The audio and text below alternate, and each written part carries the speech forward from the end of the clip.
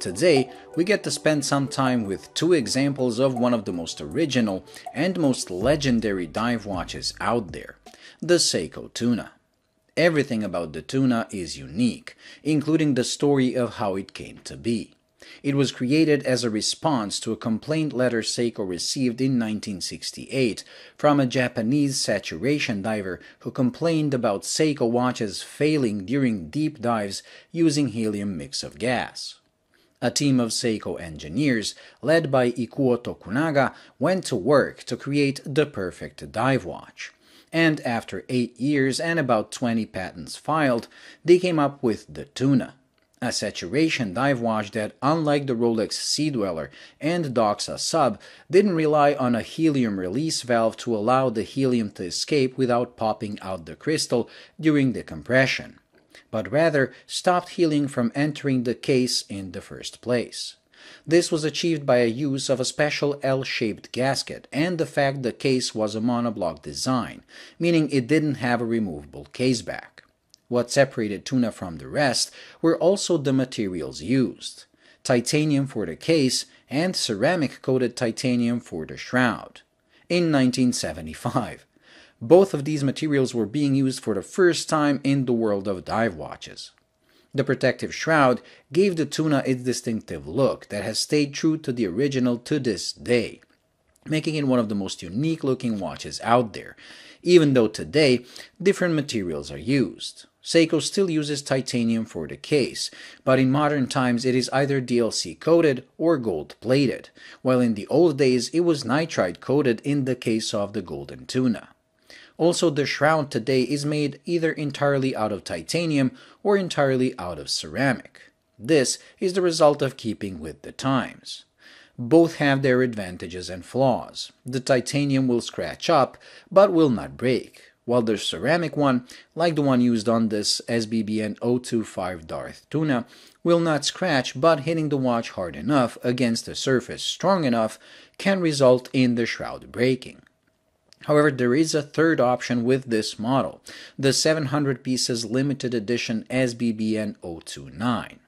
Although at first glance, the highly polished shroud might give you the impression it's a more dressy and less robust version of the Darth, the truth is quite the opposite.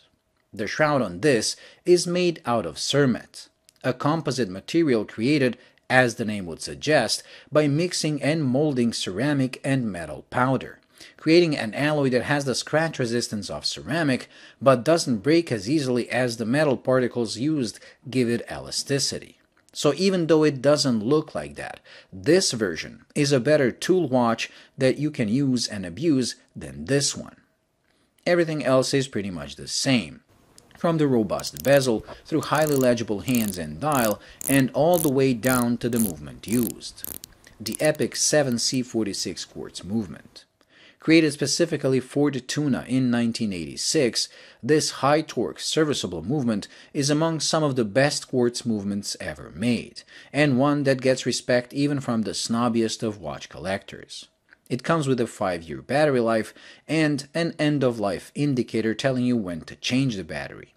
It has the specs, the history, and the quality, but my favorite part about it is the fact the seconds hand always hits the markers perfectly.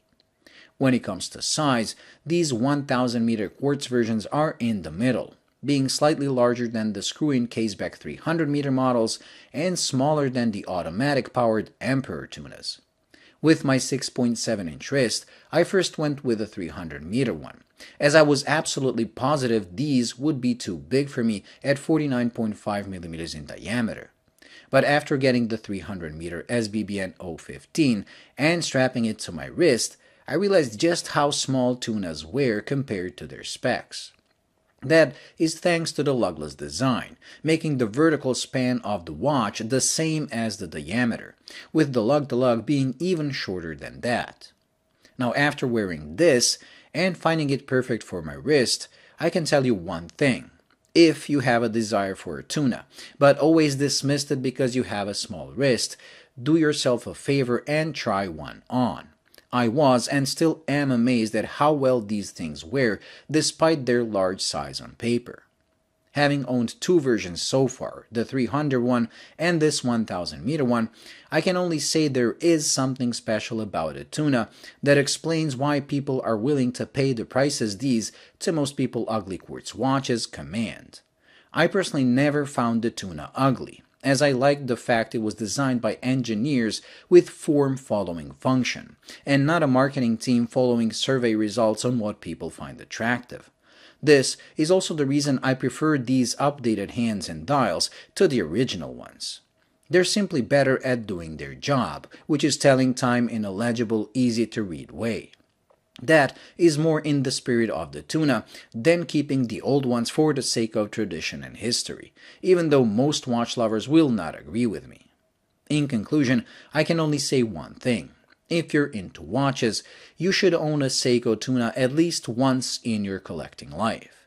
Even if you end up not liking it at all, you'll have no problem flipping it, but chances are it will get under your skin and you'll end up completely in love with it, the way I did. Anyways, this completes this week's review, so thank you for watching. I hope you enjoyed and found it useful. If you did, please like and subscribe, and until the next video, bye.